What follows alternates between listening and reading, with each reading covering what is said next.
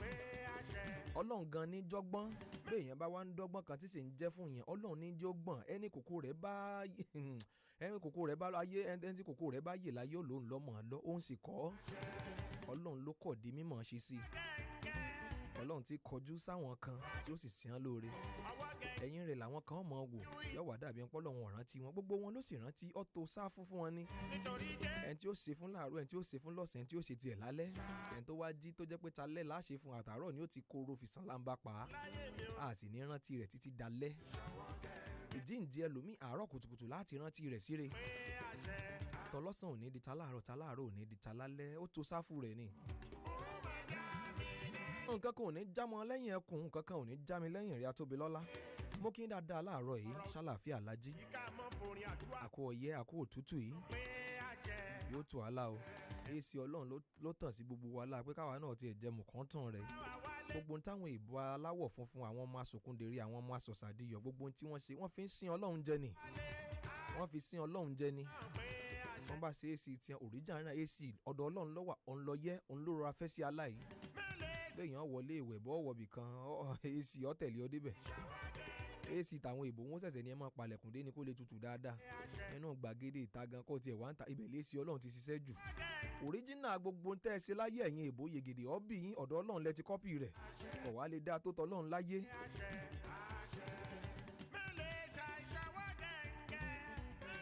Elédùmarè alágbádá náà mo yìn ọ́ láàárọ̀ yọ. Ẹni tó rán mi níṣẹ́ kò jọ̀wọ́ èmi nìkan sí ń bẹ pẹ̀lú mi bí akọni ẹlẹ́rù. Ẹ wá dúró náà ni bí kì í bá aṣọ Olúwa tó ti wà ní ìhà tèmi ni. Kí ni ìbá mọ̀ wí ná? Àwọn omi ńlá yìí ìbá mọ̀ ti gbé mi lọ, àwọn òkè ń kọ́ àwọn ò ti wó pa mí. Àwa yọ nínú kẹkùn àwọn pẹyẹpẹyẹ, okùn já àwa sì yọ kábíyèsí rẹ̀ Olódùmarè. Olúwa ti sọ̀rọ̀ lẹ́ẹ̀kejì ni mo gbọ́ pé ti Olúwa ni agbára. Ta ni ó gorí òkè Olúwa lọ àní ta ni ó dúró níbi mímọ́ rẹ̀? Ẹni tó ní ọwọ́ mímọ́ àti àyà funfun tí kò gbé ọkàn rẹ̀ sókè sí asán. Olúwa wa orúkọ rẹ̀ ti ní ìyìn tó ní gbogbo ayé, ìwọ tó gbé orúkọ rẹ̀ ka orí àwọn ọ̀run. Àní láti ẹnu àwọn ọmọ ọwọ́ ṣáà ni ìwọ ti ṣe ìlànà agbára láti mú kí olùfisùn ni lọ dákẹ́jẹ́. Mo kí n dáadáa láàárọ̀ yìí. Iseya náà sì lè tó lórí ìkànnì 32 FM 94.9. Ìkànnì fẹ́yìn ẹni wọ́n ń pe bíbà yìí. Ìbàdàn la wà yìí, ìpínlẹ̀ Ọ̀yọ́ la wà yìí. ọ̀rọ̀ ò lè tọ́rù eléyìí ká mọ́ forin àdúrà. Ẹ fàdúrà sí àdúrà náà láfi bẹ̀rẹ̀ ọjọ́ wa. Yóò ṣẹ. Àṣẹ. Àwíṣẹ. Àṣẹ náà là ń wí. Gbogbo àwọn tó ní ìdí rẹ̀ ọmọ ọ̀wà ń wálé láàárọ̀ yìí. Ìyẹn kíyèsí nígbà tí ó bá fi mọ́ di November nǹkan oṣù kówó láwa yìí. Ó bá fi doṣù kẹsàn-án oṣù kẹwàá ní ìsìn ẹ̀rí pọ́ ọmọ bíbí ọ̀pọ̀. Nítorí ẹ̀yọ́ dálé agbára rẹ̀ ò ní ká. Gbogbo já tura ọyẹ́ nǹkan já moru nǹkan ní tí ó bí ilẹ̀ ẹjọ́ dídì ẹjọ́ ọmọ tó September November. Ẹjọ́ ọmọ tó September October lẹ́sẹ̀sẹ̀ mọ́ rí gbogbo rìsọ́ọ̀tì ọyẹ́ yìí. Gbogbo kéèyàn ọmọ yẹ́ òtútù nǹkan rìsọ́ọ̀tì rẹ̀ ó jáde láìpẹ́ yìí. Ẹ kú ojúmọ́ lọ́ọ̀dẹ̀ yìí láàárọ̀ yìí. Ajé ọ̀wá wa o. Ilé láwà gbogbo orí ọmọ wọ́ turuturu bọ̀ wá bá wa. Ẹnu iṣẹ́ wa láwà gbogbo orí ọmọ wọ́ turuturu wá bá wa. Akófà àrìnfàní yóò máa kó gbogbo orí bọ̀ wá bá wa. Tọ̀tún tòsí báyìí lẹ́yẹlé fi kórè wọlé. Ẹyẹlé máa kó gbogbo orí bọ̀ wá bá mi àtàwọn olólùfẹ́ mi wọ̀nyí. Máa kó bọ̀ wá bá wa jìgájìgó jígbẹ̀nẹ̀jígbẹ̀nẹ̀ bí àtẹ ẹlẹ́kẹ̀. Jẹ́ ń lọ gbẹ́kẹ̀dé àtìpolówó ọjà. Nígbà tí ń bá wa padà dé. Àárín gbogbo ètò lẹ́ẹ̀ ti bá mi. Àwọn ọkọ̀ ètò ti dúró lákọ̀ wọ́n ti dúró kórè. Àníkẹ́ ẹlẹ́wòye ní ń bẹ lágbọ́n ní torin láàárọ̀ yìí. Tó ń tọ́mọ̀ mi ìfẹ́ Olúwa ń bẹ ní àyín. Tèmítọ́pẹ́ ń bẹ ní àyín àjọ ṣe láàárọ̀ àjọ mú ẹnu kínní ọ̀hún kóra wọn ni. Lọ́mọ wò mí kétékété lórí YouTube 32 FM 949 Ìbàdàn. Ọmọ wọmọ Bíkúnlé bí mo ṣe létí pọ́n, bí mo ṣe létí ń bọ̀ àti bí mo ṣe létí pọ̀nì sí. Mo ti létí pọ́n, mo létí ń bọ̀, mo létí ọ̀rin. Wọ́n wà mọ́ dín sí yín létí lẹ́lẹ́dùn gbẹ́kì. Àní bí bá ti ń ṣù ú sí létí bí àkàrà òṣù, ẹ̀yin máa gbádùn rẹ̀ bí ọbẹ̀ tá a fi rújá. Torí yóò dùn bẹ́ẹ̀, yóò kí bẹ́ẹ̀, yóò kí pọ́pọ́ bí ìfín súyà ní láàárọ̀ yìí. Jẹ́ ń gbẹ́kẹ̀dé àtìpó. Have a golden morn, a golden day, a golden week, a golden month, and a golden year. Golden morn, delicious nourishment for the whole family. Hello, listeners. It's Sarah, live from Abuja. I have Sunlight's very own Bubble Man with me, and he's got a special message. Bubble Man can't speak English, so I'll translate. He says, choose Sunlight 2-in-1 detergent to give you cleaning power with burst after burst of freshness. Well, you get the picture. detergent. Sunlight 2-in-1 detergent for burst after burst of long-lasting freshness. Àwọn èèyàn mi ṣègbè nítorí àìmọ̀kan Ruben George Theological Seminary Ìbàdàn ẹ̀ka ilé ẹ̀kọ́ fásitì Àjàyí Crowther tí ń bẹ lọ́yọ̀ọ́ àti Christ for the Nations Institute Dallas ní USA ń ṣètò ìdánilẹ́kọ̀ọ́ tó kún fọ́fọ́ nípa ìmọ̀ ẹ̀kọ́ Ọlọ́run pẹ̀lú ìwé ẹ̀rí tó yọrantí nípa ètò ẹ̀kọ́ ìmọ̀ Ọlọ́run Diploma in Theology and Religious Studies, Bachelor of Arts in Theology and Religious Studies, Executive Postgraduate Diploma in Pastoral Studies, Masters of Arts in Christian Leadership and Pastoral Studies, Master of Divinity. Ǹjẹ́ àlùfáà ìjọ nìwọ ni díákónì lọ́kùnrin lóbìnrin alàgbà ìjọ ajínrere olùkọ́ tàbí ẹni tó tún fẹ́ nímọ̀ lẹ́kùnrẹ́rẹ́ nípa Ọlọ́run Ruben George Theological Seminary gangan ló dáńtọ́ fún ọ láti wá. Ẹ kàn sí alákòóso Ruben George Theological Seminary ní Gospel Town Arúlógún Road Ọ̀jọ́ Ìbàdàn tàbí ojú òpó ayélujára www.riget.com.ng. Ètò ìgbaniwọlé ń lọ lọ́wọ́ ẹ̀lú wa ní 0805-304-0344 0805-304-0344 Ruben George Theological Seminary ilé ẹ̀kọ́ fún ẹ̀kọ́ nípa ìmọ̀ Ọlọ́run tó yanrantí. Uncle Dentist, wetin be cavities and how Colgate take dey protect my teeth from cavities? Shey dey use comfort? No dear, na hole for teeth dey cause most tooth pains wey be cavity. But if you use Colgate Maximum Cavity Protection take brush every day, the confirmed formula go help keep natural calcium inside our teeth wey go protect them from tooth decay. Time don reach to upgrade to the world's most chosen toothpaste, Colgate, because Colgate locks calcium in. Keeps cavities out! Na the Nigerian Dental Association dey recommend Colgate. Mọ ohun tó ń ṣẹlẹ̀ ní àyíká rẹ nípasẹ̀ ìròyìn BBC ní Yorùbá. Nítorí kí o tó lè tayọ, o ní láti mọ̀ ọ́n. Ní ìmísí pẹ̀lú àwọn oríṣiríṣi ìròyìn láti ibi àti káàkiri àgbáyé. Nígbà tí o bá ní ìmọ̀ nípa ohun tó ń lọ ní àgbáyé, o lè ṣe ohunkóhun. Mọ ohun tó ń ṣẹlẹ̀ ní àyíká rẹ. Wá BBC News Yorùbá kàn. Ọjọ́ ìdùnnú nílé ìwé máa ń bẹ̀rẹ̀ pẹ̀lú oúnjẹ òwúrọ̀ àti mílìkì ìdàgbàsókè PIC 456 tó ní àlékún DHA èyí tó ń ṣàtìlẹ́yìn fún ìdàgbàsókè ọpọlọ tó jí pépé. Dàgbà kó lágbára kó sì jáfáfá pẹ̀lú mílìkì ìdàgbàsókè PIC 456 lójoojúmọ́.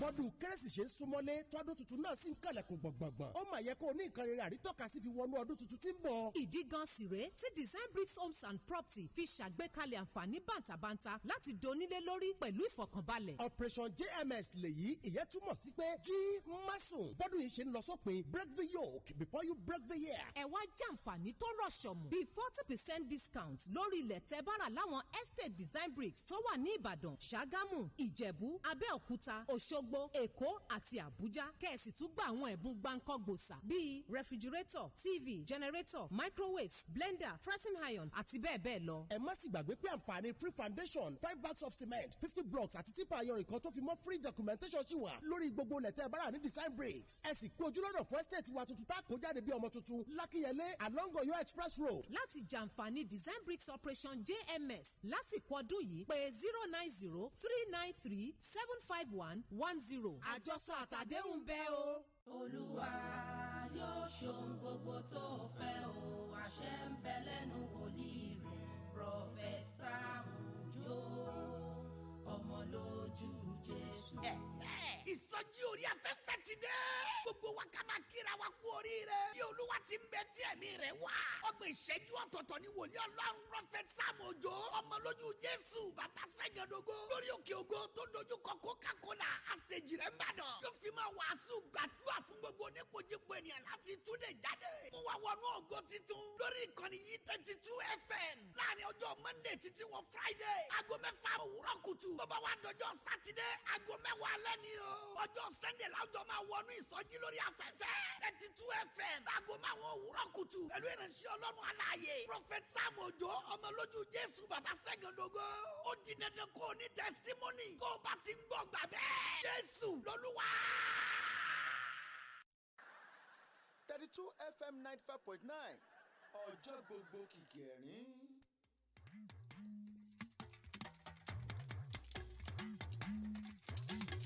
afẹ́fẹ́ ẹ̀yẹ ẹ̀mí àgbọ̀ ewé ọdún ṣe jù bẹ́ẹ̀ lọ.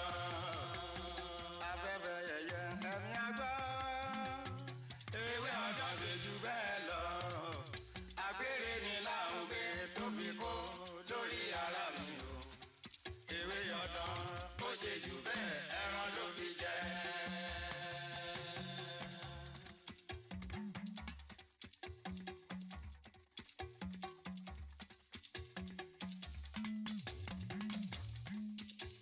ihun tó wà lẹ́nu ló lè fi sọ kò ní wá ń wí. bàjẹ́ ń lé ní gbóhùn òpẹ́kùn jẹ lọ́jọ́ ìpàdé ìjà wọn. fẹ́ ìgbẹ́ lajá sí sára nígbà tó rí jẹlẹjẹlẹ ìrù ẹkùn ń ṣe ló sáwọ́ gbó.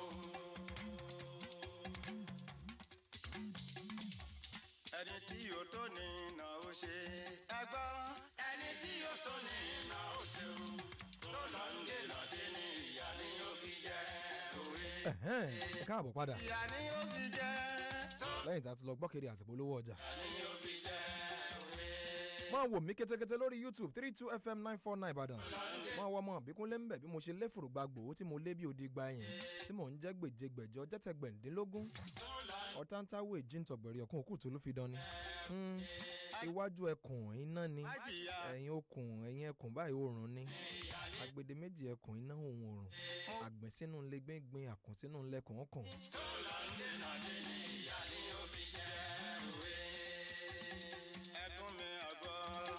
à ń gbọ́. Haruna Sọ̀lárè bága ní Alhaji àgbà.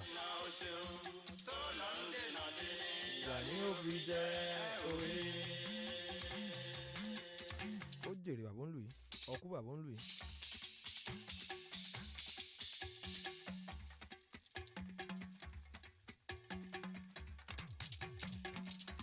abala bíi tí mo ti máa ń ta wá lólobó náà ni wọ́n kọ́kọ́ kán lù lórí ètò ṣẹ́yà tàárọ̀ yìí. wọ́n fowó rọ̀bọ̀ wá sílé àbámọ̀ ló máa yẹ fún wọn. gbogbo tí wọ́n lò lórí ètò yìí ò ju wákàtí kan lọ a sì fẹ́ lò bí ọgbọ̀n ìṣẹ́jú ń bẹ̀. àbámọ̀ ló máa jẹ́ fún wọn. wọ́n ti rọgbọ̀n ìṣẹ́jú tó kẹ́yìn lórí ètò yìí láàárọ̀ yìí. wọ́n fowó rọ̀bọ̀ wá sílé àbámọ̀ ló máa jẹ́ fún wọn. òkùnú lọ́gbàdì ẹ̀ta fowó ra wo. òkùnú lọ́gbàdì ẹ̀ta fowó ra wo. wọ́n pàlẹ̀kẹ́ oníyebíye pọ̀ fìgbà bọ́. wọ́n pàlẹ̀kẹ́ oníyebíye pọ̀ fìgbà bọ́. ọmọ wa kò ti lè ta ká má bí.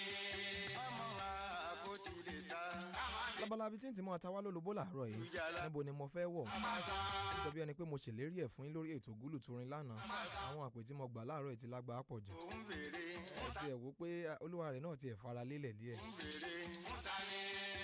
ẹ̀yin náà lẹni mi ń tòótọ́ o ẹ̀ tí ẹ̀ mọ́ fààyè rẹ̀ lẹ̀ díẹ̀ àìlérí ọba orin tó ọlọ́fun ò tí ì fún wa wọ́n fún yín bá ti ń dìde kúrò lórí ètò fúyà láàárọ̀ yìí wọ́n hand over rẹ̀ fáwọn ọmọ ẹ̀ kí wọ́n lọ upload rẹ̀ sórí péèjì mi lórí eléré ọba péèjì yẹn lẹ́lọ́wọ́ kan lórí Facebook àti lórí Instagram ẹ̀ máa gbórin kìtìkìtì ń bẹ̀. ìṣòro láyé wa ẹ̀ṣà mi ń gbọ́. láìfọ Àyìnlá ọmọ wúrà tẹ fẹ́ gbọ́ wọ́n fi ibẹ̀ láàárọ̀ yìí. onítẹ̀jú ilẹ̀ mọ́lẹ̀ o káwa má sì bí ká mọ́. gbogbo ẹ̀yin tẹ̀ ń béèrè rẹ̀ lórí WhatsApp tí n bá ń sẹ̀ǹdì ẹ̀ sí gbogbo yín pẹ̀lú sáìsì rẹ̀. òwúrọ̀ dọjọ́ alẹ́.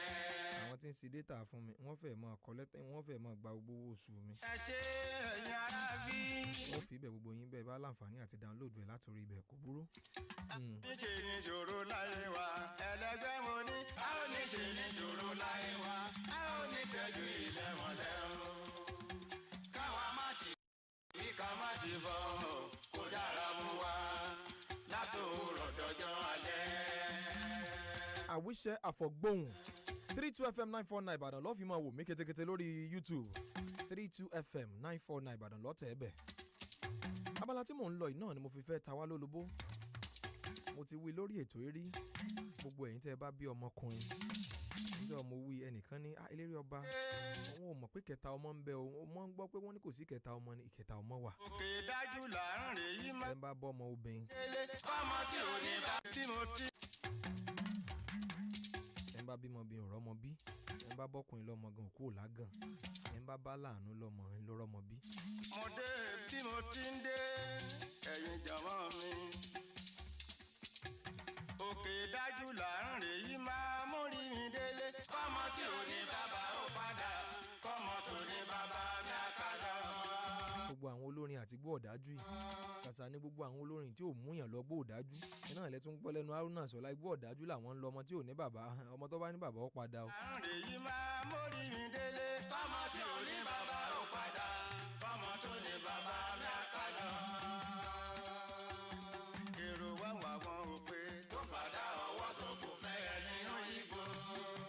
wá wá wọn ò pé tó fàdá ọwọ́ sọ kò fẹ́ tí yẹ. n bá ti ń gbọ́ àwọn orin yóò mọ̀ dàbí kí n lọ mọ́ sọ sí inú àwọn ìtàn tó bí àwọn orin tẹ́ ń gbọ́ yìí mo mọ́ resist rẹ̀ ní gbogbo ìlaran ni ọmọ gbé á aran ni ìwọ̀nba tí wọ́n lò lórí ètò yìí ni ó gbé wá láàárọ̀ yìí wọ́n tì mí ló bá bu àyà aran ni gbogbo tí wọ́n lò lórí ètò yìí nìkan ni ó jẹ́ ń gbé wá láàárọ̀ yìí àwọn tí ì ní ìdí lórí ètò yìí bá ń ṣẹ̀kù jẹ́ tinú ọmọ gbé tinú jẹ́ tòde ọmọ gbé tòde gbogbo bí òun tì mí lọ ìlágbára pọ̀ jù kíyè jí kíyè sọ òkè ìsọyí mẹ́rìndínlógún lolúfẹ́ lò kóyè ọ̀gbọ́dọ̀ kó mi yè lọ bádìyẹ bá gbọ̀n yẹ rẹ̀ iye rẹ̀ sọ ni kíyè jí kíyè sọ òkè. ìdí ọ̀rọ̀ lẹ́gbọ́ yẹn àti bàbá tó fojú dàtẹ̀kùn aṣojú ni. àti bàbá tó fojú datẹ́gùn tí Haruna Ṣọlá ń wé nú orin yìí ta ni fi ń bá wí. ẹja sọ dìgbà tá a lọ mú ìtàn wọn àti Yusuf Ọlátúnjí. kí n gbọ́ àti bàbá tó fojú dàtẹ̀kùn aṣojú ni. táwọn méjèèjì jọ múlẹ̀ ọlágbára pọ̀. ẹkùn mi gbogbo ẹ̀yin tí ẹ lọ́mọbìnrin láàárọ̀ yìí tó ẹ lọ́mọkùnrin náà ẹ súnmọ́ mi láàárọ̀ yìí. abalabi tí ń ti ta wá lólobó ni mò ń kán lò yẹn. tí mo ní lórí ètò yọ̀pọ̀ rárá àyè ò sínú fọ́nrán yìí. òun náà ni mò ń sọ fún yín bọ̀ yìí. ṣe rí nígbà kan lẹ́ẹ̀mọ́ gbọ́ pé àmọ́ gbìyànjú ó gbé wájú ọkọ̀ o ìgbà ń bẹ wájú mọ́tò wọn mọ́jọ́kòó lé mọ́tò wájú o ẹ mọ́ lọ ṣe kinní kan àwọn ọmọ kánákáná àwọn yáwúyáwú wọ́n dọ̀dọ̀ wọn. ṣe rí ẹ mọ̀ pé bẹ́ẹ̀ yẹn bá da àgbàdo lẹ̀ ní ìsìn fúnra àgbàdo rẹ̀ báyìí ni yóò wá lọ. òròmọdìyẹ ọ̀gbọ́n rárá torí oúnjẹ tí wọ́n ń fún ó rò pé òun ti ró lóore òròmọdìyẹ yìí mọ̀ gan o. ihun tí mo rí ni wípé ọgbọ́n kan wà ọgbọ́n àtinúdá táwọn ẹni bíi àwọn sànbẹ̀sùn fapòrò orí ẹ̀dá ń lò lọ́wọ́lọ́wọ́ báyìí táṣìírí rẹ̀ lu fótó sí mi lọ́wọ́ mo sì rí àrídájú rẹ̀ ní kó tó di pé wọ́n mú wá sórí afẹ́fẹ́ wọ́n gbọ́ mi dáadáa láàárọ̀ ìyàrá jinlẹ̀. ṣèbí tọwọ́ tẹsẹ̀ là ń kà wọnú igbá bẹ́bìrì kí bá wọnú odò ẹja tó ká mọ́ kó gbà fólúwa. níṣẹ́ ni wọ́n gbé patí kan kalẹ̀ ní ìsìn wọ́n lè ní bẹ́ẹ̀dẹ̀ làwọn fẹ́ ṣe ọ̀fẹ́ lọtí ọ̀fẹ́ ló ń jẹ gbogbo nǹkan gbogbo tí wọ́n kò kalẹ̀ bẹ́ẹ̀ ní tí wọ́n ń ṣe ń sìn nìyẹn wọ́n kàn sọ pé bí ẹ̀ ń pa àwọn fẹ́ throw party kankan bóyá ẹnìkan ṣẹ̀ṣẹ̀ dé àbí nǹkan wọ́n ṣàṣe patí ọ̀hún ọtí ọ̀wà oúnjẹ ọ̀wà inú họ́ọ̀lù tí wọ́n sì tún mú náà ibi tó dùn jù ibi táwọn obìnrin ti fẹ́ràn láti máa ya fọ́tò nǹkan kan ni. ilé orin kí ló ṣàlàbí nínú ilé orin o. orí fọ́tò òsì tó ọmọ ń yà kí wájú mọ́tò yìí yọ tí ọba kó bọ̀ ẹnìkan ọmọ àwọn mọ́tò oní tinted glass ní kò mọ̀ pé ẹni tó ní mọ́tò ń bẹnu ọkùnrin náà sì rè ọ̀dájú abiyamọ díẹ̀ ni ó ti jó fẹ̀yìn tí mọ́tò ọ̀hún dáadáa yọkàn rìfáàsì báyìí ó bára rẹ̀ yakata ńlẹ̀ lé ni ẹjọ́ ẹ má bínú sísá mi ò mọ̀ pé wà fẹ́ wọ́n ti rí fọ́ńtò tó fáìn báyìí ni bàbá rí ò sì ní kábúkábú bàbá rí ò ní kẹ̀kẹ́ mọ́tò tá a ti rí ọmọ tó ti fi ya fọ́tò lórí snap ni o lórí Instagram ni ó ti lé ní 20. ọ̀la rí inú mọ́tò ilé ìlú rí inú mọ́tò tán lọ́la. ṣẹ́rí mo bá ti á gbé àwọn ìnáwó ìkalẹ̀ ṣẹ́rí àwọn bàbá tí wọ́n wà lẹ́nu ọ̀nà bíi báńsà yẹn àwọn ò múra bíi báńsà kíní òka búkú kan ń bẹ lọ́wọ́ wọn gbogbo àwọn ọmọ tí wọ́n bá ń wọlé bí ẹni pé wọ́n fẹ́ sàtì pé kán mọ̀ mú nǹkan aburú wọlé ni ẹ̀rọ àwọn ọ̀yàn wọn ò dùn sẹ́nu ọ̀nà báyìí wọn ò dùn bíi báńsà wọn wà ní gbogbo àwọn tí ń bọ̀ níbi pati àwọn fẹ́ wò sí òsì ìbọn lára yín sí òsì nǹkan tó lè pa àwọn èèyàn lára yín òka tí sì ń bẹ lọ́wọ́ wọn ni wọ́n fẹ́ fi wò pé ṣé lè ṣe é lò àbí ò ṣe é lò mọ́. ẹ ní rìn jọ tẹ́bi ń pọ̀ náà. May we not walk the day the road weighed famished. The day the road weighed famished, may we not walk the streets. Njọ́ ibi bá wá ń palẹ̀ náà tó lóun ọ̀dà ò ní sílé ń jọ̀nà.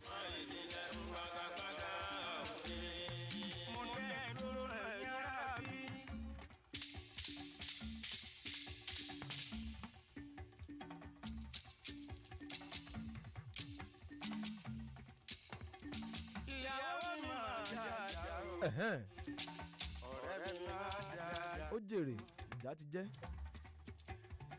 ìyàwó mi máa jẹ́ ajá o. ìyàwó mi máa jẹ́ ajá o. kì í tiẹ̀ sí lásìkò ọyẹ́ ìlẹ̀yìn ọmọ báyàwó rẹ̀ jà. ẹ̀yin tẹ́ ẹ̀ lóbi ńlé lásìkò ẹ fi nǹkan síra yín. Àwọn òtútù ti ń mú lẹ́nu ọjọ́ mẹ́ta yìí. ó rò pé wà tó gbogbo ẹ̀yin tẹ́ ẹ̀ lóbi ńlé. ọ̀rọ̀ Ọlọ́run gan fìdí rẹ̀ múlẹ̀ láwọn méjì wọn ò móoru múra wọn. àwọn ọmọ dìmọ̀ pílò nu ọyẹ́ burúkú báyìí wá kàn sí lọ́dún yìí. ìjà téèyàn bá ń bá yàwó rẹ̀ jà síkú ọyẹ́ ìlẹ̀yìn ó parí rẹ̀. ọyẹ́ mú òtútù mú wọ náà. ibi ẹsẹ̀ ló ń kálukú ó ti kọ́kọ́ bẹ̀rẹ̀ yóò kọ́kọ́ fi bí gìgísẹ̀ yóò kọ́kọ́ fi gbá díẹ̀. ọba rẹ̀ kó súnmọ́ òun díẹ̀ náà ni yóò kọ́kọ́ sí bí ẹn kó jarun yóò jẹ́ bí ẹn kó jarun pálù bí arun pa ni. láti ń jarun pálù ra wọn náà ni ó yá. ìyẹn ní nǹkan ó ti mọ yí nǹkan. ṣé ẹ ti ń gbọ́ nípa èkó Yínká TNT tá a ti bẹ̀rẹ̀ tó ti dọ̀sẹ̀ kejì lánàá gbogbo àwọn tí wọ́n darapọ̀ mọ́ kíláàsì yẹn lánàá náà ni wọ́n mọ̀ pé nǹkan kì í ẹsẹ̀ ràgó wọ́n ti dijọ́ Tuesday ní kí wọ́n náà tó wọn tẹ́ bẹ̀ látago 10 dago 12 ni. jẹ́ n kúrò lọ́dọ̀ Haruna Ṣọlá iná jẹ́ n gboko bòmí lọ.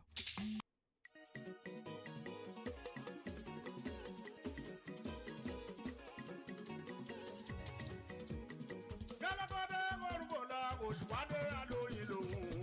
Ẹja mújó. Òṣùpàdé alóyin lòun. Ẹja mújó. Ìgbà tó dé là ń lò yó magomago kankan ò sí ń bẹ̀. Ta ló bínú? Magomago kankan ò sí ń bẹ̀. Ta ló bínú? Ẹni dúró ẹni retí ẹni jòkó ẹ mọ́kàn balẹ̀. Olùgbàjàmọ́. Ẹ lọ mọ́kàn balẹ̀. Olùgbàjàmọ́.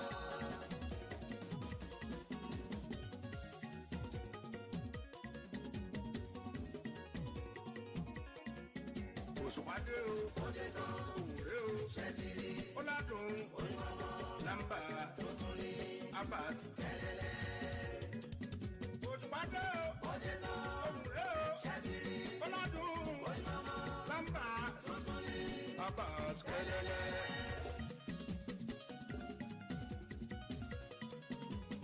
Olóṣùpá sẹ́lẹ̀ ń sẹ́ lérè àwẹ̀ mújó, kirikiri kọ́ tipátipá gbòmùkùn wà bẹ̀rẹ̀. Jẹ́rẹ̀ ìgbé máa lé kúrú kì í ṣẹgbẹ́ àwọn ewúrẹ́. Òṣùpàdé o, òde tán, òwúrẹ́ o. ó káàbọ̀. ó ládùn. oyin mọ́mọ́. lámbà tuntun ni. ọmọ agbájé lọ lábà Hausa ti lélẹ́yìí tẹ̀ ń gbọ́ yìí. ọmọ rẹ̀ gangan fúnra rẹ̀. ìdí Òṣùpá. ó ládùn. ọlọ́ba ń lọ́ra ẹ̀mí Àyìnlá. bàbá Súlíà. Sáìdì bá ń bọ̀. Òṣùpá Sáìdì bá ń bọ̀. kí ló máa ṣẹlẹ̀? wọ́n jòjòjò wọn fara ya o. Sáìdì bá ń bọ̀. mo wá ní fẹ́ lọ sílé mọ́ o. Sáìdì bá ń bọ̀. Sáìdì bá ń bọ̀. Sáìdì bá ń bọ̀. wọ́n jòjòjò wọn fara ya o. Sáìdì bá ń bọ̀. wọ́n wá ní fẹ́ lọ sílé mọ́ o. Sáìdì bá ń bọ̀. Sáìdì bá ń bọ̀. ṣẹ́rin tí mò ń mú bọ̀ yẹn mi ò sọ continuity nù farabalẹ̀ ìwọ ni kò farabalẹ̀ farabalẹ̀ lè tó tèmi ń gbọ́ mi ò sọ continuity nù farabalẹ̀ ni. ó ń ṣe pírẹsẹ́ńtà tí ò ní second hand value gbèsè gbé ara wọn wò náà ọjọ́ àjànà kó ti bímọ tiẹ̀ lẹ̀ ó ju tẹkùn lọ gbèsè gbé ara wọn content yẹn àti gbogbo bá a ṣe máa mú síra wọn gbé kalẹ̀ gan àgbékalẹ̀ ọ̀rọ̀ níjó lè yanjú tí ò sọ̀rọ̀ ń gbogbo wa ìdí àtọ̀tẹ́ fi máa mọ̀ láàrin pèdèpèdè àti sọ̀rọ̀ ọ̀nà gbàgbé ọ̀rọ̀ kalẹ̀ ni ọ̀nà gbà ṣe àfọ̀mọ́ ọ̀rọ̀ téèyàn ṣe yọ obì tí yọ téèyàn ṣe pa obì tí yọ àbídúnnú rẹ̀ ìgbékalẹ̀ ọ̀rọ̀ tiẹ̀ gbọ́dọ̀ yàtọ̀ sí tàwọn sọ̀rọ̀ lásán farabalẹ̀ mi ò sọ continuity nù tí mò ń sọ bọ̀ yẹn mo wà lórí ẹ̀. ṣe rí báwọn yẹn bá ti wà lẹ́nu ọ̀nà bíi bouncer náà ṣe máa dúró òkà yẹn wà lọ́wọ́ wọn òkà àbáàdì àwọn ọmọ tí wọ́n ti lò àṣẹ mi ò mọ̀ pé àwọn èèyàn Yorùbá náà tún ti dọ́gbọ́n tester ẹ mọ̀ pé tester lèèyàn fi máa ń wo bí náà bá wà wọ́n ti fi ń test ògo náà tún ti wà ní ìsìn sọmọ ìsìn lógo sógo sì ń bẹ lára rẹ̀ sẹ́ńtà sì lè ló sì wà lára ẹ̀ wọ́n bá ti àfọwọ́ kan mọ̀ ọ̀hún báyìí kí ni wọ́n gbóná mọ́ wọn lọ wọ́n rí i pé ẹran rèé wọ́n ti direct ẹ̀ síbi tí wọ́n fún àwọn pákéèjì tí ó jẹ àtàwọn nǹkan tí wọ́n fún jọ́ náà. Ọlọ́run ní jẹ́ gbowó ẹ̀mí yín àwọn ọmọ kan ń bẹ tí wọ́n ń gbowó ẹ̀mí wọn lọ́ọ́lọ́ọ́ báyìí nú àwọn obìnrin wọ́n máa bá gbogbo àwọn ọmọbìnrin sọ̀rọ̀ bó ṣe yá dírẹ́sà wọn ọkọ̀ lọ́dọ̀ ya sùlẹ̀ nǹkan táwọn náà gbà pò tíka títì wọ́n mọ̀ pé ju kí wọ́n kún rèwerèwe lọ abiyamọ ẹ ní fojú sunkún ọmọ ẹ máa tẹ̀ máwọn ọmọ yín létí ẹ máa fọ̀rọ̀ Ọlọ́run bọ́ wọn ẹ máa fi wọ́n nú àdúrà àwọn òkú tí ń rìn títì lọ́pọ̀ jù ní ìsìn àwọn ọmọ tí wọ́n ti kú tí wọ́n sì ń rìn lásán tí wọn ò rí nǹkan kan wọ́n ti lò wọ́n àwọn náà kún tábà yìí. aburú tó tún wá wà ń bẹ̀ ni pé ìwọ tó bá tún wá jọkùnrin tó bá tún wá lógo oúnjẹ bá ti sàbálẹ̀ hàn báyìí gbogbo ògo tara tiẹ̀ náà ó tún transfer rẹ̀. ọlọ́mọdé ń fa yàkàyà irú àwọn àyàdánwò ọmọ bẹ́ẹ̀ ní tí mò ń sọ yẹn ò yẹ wọ́n ti lu àwọn wọ́n ti dòkú ayé ọ̀rẹ́dì gbogbo ọkùnrin tó bá tún wá rò ń rí fà lára wọn tí ìwọ náà bá ti ń sàbálẹ̀ hàn báyìí gbogbo ògo tí ń bẹ lára tiẹ̀ náà ìwọ náà tún dá wọ́ọ́rọ́wọ́. bóbi bá ti ń pè ọ́ ní ìsìn pé aláyé títí ń tì sí ọ lọ́fẹ̀ẹ́ ló fò láì ra nǹkan kan fún láì ṣe nǹkan kan tètè máa yẹ rẹ́kọ́nù orí rẹ̀ jẹ́ ó mọ̀ ṣiṣẹ́. iṣẹ́ tí wọ́n pèsè lánìí ló fẹ́ lọ jẹ́ fún ọ. àwọn obìnrin kan wà ń sìn wọ́n á máa tì sí ẹ naturally. bébí mo kàn like ẹ naturally kó ń ṣe bóyá mo nídìí nǹkan kan látọwọ́ ẹ ó mọ̀ mo kàn fẹ́. wàláì táwọn obìnrin bá fi lè bẹ̀rẹ̀ káwọn náà máa lu ọkùnrin náà ìsìn ni ọkùnrin tán láyé. ok sáyidì mo bá wọ kọ orin ibùjọ lẹ. buhari sì ṣe wà ń lé mo wà ń lé wo mo fẹ́ wá tura òtútù mo dẹ̀ fẹ́ kó máa bọ́ mo wà ń lé ṣé kí n wá gbé ẹni. wàhálà bí pásítọ̀ rẹ̀ pè lásìkò gbà náà ká gbé kọ́ọ̀lù mọ́. ìwé fújì láyé mi o. ó sì lọ́nu ó sì tán báyìí àwọ̀ lọ ẹlẹ́ran tu. ẹ̀yin obìnrin ẹ dákun ẹ mọ́ bínú tán débi pẹ́yìn náà lẹ fẹ́ mọ́ lu àwọn ọkùnrin yìí o. olórin jẹ́ kọ́kùnrin tán láyé ọkùnrin tán nù. táwọn obìnrin náà báyìí lè máa lu àwọn ọkùnrin bí àwọn ọkùnrin ṣe ń lo obìnrin ni adẹ́rùn ògùn ó dán mọ́ sẹ̀mí wa lófò. yàtọ̀ sí yẹn ẹ máa dé dáadáa àwọn patí kan wà ń sìn mọ ṣọ́ àwọn patí tí wàá lọ mọ kìlọ̀ fáwọn ọmọ yìí ọmọbìnrin tí ò tí ì tó lọ lé ọkọ nǹkan ó ti fún láǹfààní àti lọ́mọ dágbé náà fúnra rẹ̀ lọ sí ṣọ́ọ̀bù fọmọ yìí o ṣọ́ọ̀bù nàbí wọ́n ló sí fún àwọn ọmọ kan wà tí ò yẹ kó tí ì kó lákàtà òbí wọn bó bá sì ń yin léèkánná tó ń já léèkánná nǹkan tó fẹ́ bóde tó kọ́kọ́ ya sọmọ lọ́rùn tó dì mọ́ tó ń sunkún ojú rí ó sì tún máa tó tó bá ń sunkún sí láyà tó ń fọwọ́ gbá gbogbo àyà ibi tó mu tó fi ń yóò fúnra rẹ̀ ó dá mọ́mì mi lọ́mọ́. àgbẹ̀kọ́ ló kú irúgbìn sílẹ̀ sẹ́. mo ti wí ní tó ṣẹlẹ̀ lórí ètò yìí mo ti wí fún yín rí. lẹ́yìn tó fúrúgbìn sílẹ̀. ọmọ yẹn chẹ́ǹjì kéékèèké ní mọ́ ń gbà ń tiẹ̀ bí kò gba $50 $100 nǹkan kan. àwọn ọ̀rẹ́ rẹ̀ wá sọ fún pé gbogbo owó tó kàn ó kàn waste ọpọlọ ni all plus kínní ni kò sí nǹkan kan wà kàn wẹ ọṣẹ ní sẹ́ẹ̀rọ̀ ọṣẹ tí wọ́n láwọn wẹ̀ páwọn ò ṣe nǹkan kan àbúrò lẹ́tún ṣe é pààyàn àwọn nǹkan mọ́nu mọ́ ẹ̀yà ara tí wọ́n fi ń pèlò àwọn ọṣẹ nǹkan oògùn owó lẹ̀ ń ṣe kì í ṣe yahoo. ó ti ṣoore àìlè gbàgbé láyé mi ó àrùsá ti ọ̀run rere. ọmọbìnrin tí mò ń sọ̀rọ̀ rẹ̀ ọmọkùnrin tí mò ń sọ̀rọ̀ rẹ̀ àwọn ọ̀rẹ́ rẹ̀ bá dọ́gbọ́n sí pé ìwọ náà tẹ̀ kínní ìdí ni bí ìwọ náà bá fẹ́ mọ gbowó ńláńlá ọ̀tẹ̀ ń dì ní. ọṣẹ lásán ni tó bá ti dọ́dọ̀ bàbá máa ṣọṣẹ míì fún ìwọ náà lọ ọ̀wẹ̀ bàbá sọ fún pé bó bá ti di láago 12 òru ni yóò wẹ̀ ọṣẹ yìí. ṣùgbọ́n kó tó di pé yóò wẹ̀ ọṣẹ ọ̀hún bó bá ti wẹ̀ láago 12 kò gbọ́dọ̀ lé wákàtí 24 lára rẹ̀ láì rí pé ó fi bá ọmọbìnrin sùn. nǹkan kan ò ní sọ ọmọbìnrin wọn ò ní sọ fún ọ pé nǹkan kan kò sí nǹkan kan ó kàn kẹ́ẹ̀kan jọ sùn kẹjọ jí lásán náà ni. gbogbo ibi tó ti lọ ṣe kínní wọn ò ní sọ fún ọ ó ti ṣe tán kí wọ́n tó tọwọ́ rẹ̀ bọ sọ̀lọ̀ wọ́n wà ṣẹ̀ṣẹ̀ sọ fún ọ. ṣé nǹkan kan ò ṣáà ní ṣe nìyẹn nìrẹ́ ti wá ronú pé ta náà lòun tún lè súnmọ́ òun ò ní girlfriend méjì ẹyọ kan tóun náà ní náà ní Bímpé yìí. ó ti pé Bímpé so mo fẹ́ kó wá sọ́dọ̀ mi mo fẹ́ kó pass night ọ̀dọ̀ mi wá sùn lálẹ́ ó yẹn kò sí problem. ó ti gbé jókòó fún mọ́mí mọ́mí prayer night kan wà tá a fẹ́ ṣe ní church wa lálẹ́ wọn ló máa gbóná wòlíì méje náà ló ń bọ̀ láti ìlú méje wọ́n la máa gbàdúrà yẹn mọ́jú ni wọ́n la máa gbógun tèṣù kárakára mọ́jú ni ọmọ ọlọ́mọ sì ń wí kárakára náà. ìyá rẹ ti gbọ́ pé ó dà kò burú bá ti jẹ́ tìṣòro ni inú mi ti ẹ̀dùn pé ìwọ náà ti ń mọ ipa àdúrà nú ayé rẹ. nígbà tó di lálẹ́ ọmọ yìí ti gbéra tán ọmọkùnrin tí mò ń sọ̀rọ̀ rẹ̀ wulẹ̀ fẹsẹ̀ yìn délé mọ́ngbà tí girlfriend yẹn ti promise rẹ̀ pé òun ó gbà fún. nígbà ó di lálẹ́ nìyẹn àmọ́ mi mo ti ń lọ náà vg mo sọ fún yín lánàá pé mo lọ náà wo ò nílé lọ náà vg kankan lónìí dúró tì mí jàre. gbogbo ẹ̀yin abiyamọ tẹ̀ ń gbàdúrà lórí ọmọ ẹ̀ níṣẹ́ lásán gbogbo ẹ̀yin abiyamọ tẹ̀ ń gbàdúrà lórí àwọn ọmọ yín àdúrà yín ọmọ gbọ́ yọmọ gbà sádùá ìyá ọmọ yọ gbà lọ́jọ́ tá à ń wí. ìyá rẹ̀ ti gbà tẹ́lẹ̀ pé yóò lọ sóòrù lálẹ́ ọjọ́ náà lára rò fún ṣé bíbélì wípé iye àwọn tá a bá ti pasẹ̀ mí darí láàmú pè lọ́mọ ọlọ́run. àmọ́ tó rò fún jọ́ náà ó ní ó ní lọ lálẹ́ yìí. àmọ́ mi mo ti sọ fún pé mo ń lọ gbogbo àwọn ọ̀rẹ́ mi ti ń pè mi wo jájọ́ mọ́ gbàdúrà nulẹ̀ jẹ́ kí mi àti ẹ̀ náà jọ mọ́ gbà kò síbi tọ́lọ́run ò sí ibi tí méjì àbí mẹ́ta bá wà Ọlọ́run náà ti wà ńbẹ̀ pẹ̀lú wọn. bíyà ò sáà ṣe gbà kọ́ mọ̀ yọ lọ́nu gbogbo bó ṣe fẹ́ mọ̀ lọ lójú pé bóyá òun ò tiẹ̀ gba akọ̀rọ̀ ìyá ti lọ tilẹ̀kùn ìta ó ti fi kọ́kọ́rọ́ àpò bọ́ọ̀bà wá jálẹ̀kùn ni ó sáré lọ pé boyfriend ẹ̀ ń ta wo bébí ò ní bínú mọ́mì ti ní mi ò ní lè jáde bọ́ má wọrí afẹ́rẹ́mọ́jú ìdájí ọ̀la ọ̀dọ̀ ẹ̀ máa jí sí tí ti ń lọ sí school. gbogbo tá à ń sọ̀rọ̀ rẹ̀ ti wọ bí 8:30 alẹ́ ń ti ń wọ bí aago 9 kankan lọ wọ́n pe ọ̀rẹ́ rẹ̀ ńjọ́ náà girlfriend tí mo máa rò pé máa ṣe nǹkan báyìí pẹ̀lú kọ́ ọmọ níyẹ̀ òun ò ikú hùn lórí ẹ̀ aago 12 ò gbọ́dọ̀ lu aago 9 ló ti lò tán yìí kí láà wàá ṣe báyìí. wọ́n pe gbogbo àwọn àṣànà àwọn ọmọ gbélé pawó nǹkan kan wọ́n ti mọ gbogbo àwọn runs girl yẹn wọ́n pe Cynthia hello Cynthia alfana afẹ́kọ̀ọ́ wá sọ́dọ̀ wa lálẹ́ àwọn mo ti ní pàrọ̀ má wọ̀rí ṣáà lè fi sọ́la àtàwọn ọmọ àṣànà yìí gan àtàwọn ọmọ gbélé pawó yìí ẹ ti mọ àwọn tí mò ń sọ àtàwọn gan ń ṣe nǹkan kan tí wọ́n ṣe ń gbẹ́rẹ́ pàkọ́ ibi tó bá fẹ́ le fún wọn tí wọn ò ní lọ wọ́n pe ẹlẹ́ẹ̀kejì náà wọ́n pe ẹlẹ́ẹ̀kẹta gbogbo wọn ni wọ́n ti ní pàrọ̀ lálẹ́ ọjọ́ náà. aago 10:00 ti kọjá aago 11 lù ara rẹ̀ ti ń gbọ̀n gbogbo iṣẹ́ ìtì fẹ́ mọ jẹ́ búkúbúkú lára rẹ̀ làwọn ọ̀rẹ́ rẹ̀ bá pè pé kí làwọn wàá ṣe lálẹ́ yìí báyìí gbogbo àwọn tí wọ́n ṣàpè inú àwọn mẹ́tẹ̀ẹ̀ta kò sẹ́ni tó gbé nígbà ó di bí ọwọ́ aago 11 kọjá wọ́n pe lẹ́ẹ̀kẹrin yìí wọ́n bá pè hello báwo wà ní báyìí kí lẹ̀ ń pè mí táìmù yìí fún wọn ò tiẹ̀ mọ̀ pé yóò gbé kọ́ọ̀lù ọ̀hún bó ṣe gbé kọ́ọ̀lù ńjọ́ náà nù ní gbé kọ́ọ̀lù ọ̀ràn kọ́ọ̀lù àdánwò tí ó dẹ́mi yín légbodò ní gbé ńjọ́ náà ní bá miss kọ́ọ̀lù rẹ̀ gan kò ní lọ. wọ́n pe nọ́mbà rẹ̀ ẹ̀ ló tọ́pẹ́ ń bolo wà.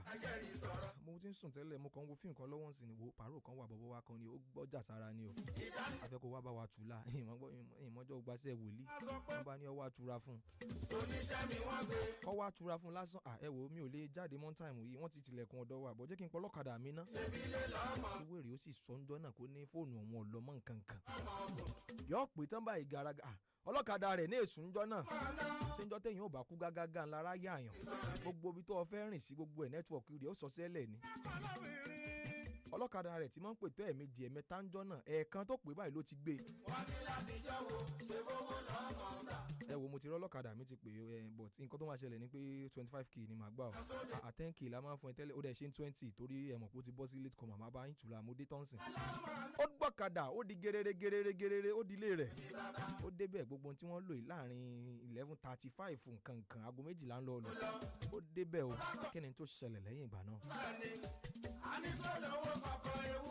ṣe mọ́tàn yín nítorí pé ìwà wàrà yẹn ti wà ńlẹ̀ wọ́n ṣílẹ̀kùn fún wọn ti wọnú ilé bárabá ó ti bọ́ sọ́ọ́lẹ̀ ó ti bá alákọ̀rí náà lórí bẹ́ẹ̀dì tí ìdáhùn ti le tọ́ọ̀kì ó ṣàṣàrí tura lára rẹ̀ pé jáde kọ́kọ́ jáde tọwọ́ kankan náà wọ́n wulẹ̀ wọ́ọ̀rì iná òṣìṣẹ́ lálẹ́ ẹjọ́ náà ẹja sáré tán jẹ́ wo a máa sáré tán jẹ́ ẹ̀ sá wọlé ẹ lọ́mọ kọ́kọ́ tura fún náà wọ́n sì ta lákọ̀ọ́kọ́ tán pé kí wọ́n yóò lajú tán báyìí nígbà tí jẹnẹrétọ̀ dún wọ́n ti ṣe tọwọ́ alákọ̀ọ́kọ́ tán yóò lajú báyìí wọ́n tan náà báyìí ọ̀dọ́mọ ẹ̀gbọ́n rẹ̀. mo wá ní irú yín lẹ máa sọ pé wá. bí kinní ọ̀hún ṣe dára rẹ̀ tán ṣé kí n má tàn yín ó ya wèrè lọ́gànjọ́ òrùjọ́ náà ó jáde ń hòhò bẹ́ẹ̀. níjọ́ kejì ni wọ́n tó rí aláǹgànná rẹ̀ ó jáde lálẹ́ àná mọ́jú ni ẹni tí wọ́n rí ni pé kó tó pé 24 hours tí ń rù tí ń gbẹ ó dàbí ẹni tó ti kó éèdì ẹ mọ bí wọ́n ṣe máa ń rí tí wọ́n rò kéegun. ọmọkùnrin náà ni wàá mówó tí fi lọ ń tọ́jú rẹ̀ kí gbogbo ibi tán bá wá dé náà yóò ti lọ́wọ́ lọ fowó. ṣiṣẹ́ dédé àyè tó fẹ́ fi ṣàròyé dà. gbogbo ẹ̀yin abiyamọ tẹ́ ti na sẹ́lẹ̀ náà tí ò tí ì tọ́ ẹ na sẹ́lẹ̀ ọ̀hún lẹ́ ń jẹ o èdì lẹ́ ń jẹ. jẹ́ ń gbẹ́kẹ̀rẹ́ àti polówó ọjà iná kémi tó mọ kí n tó mọ lọ ibi tí mò ń lọ láàárọ̀ yìí ẹ kú kalẹ̀. èmi akọrin ṣe ti onítẹ̀mí o. I will do a new thing. Èmi ò sọ tuntun. Èrò kẹ̀tíkẹ̀tí gbogbo ọjọ́ Tuesday. Bẹ̀rẹ̀ láti Tuesday January 11, 18, 25, February 1, 8, 15 àti 22. Pẹ̀lú Sunday January 16, 23, 30 àti Sunday February 6, 13, 20 àti 27. CAC májẹ̀mú àánú ni wọ́n lọ. Nínú pàdé àdúrà Tuesday méje àti Sunday méje ọlọ́dọọdún tí Ọlọ́run pàṣẹ fún Prọfẹ̀tà Táíwò Òjó bàbá ìsọjí orí afẹ́fẹ́ o.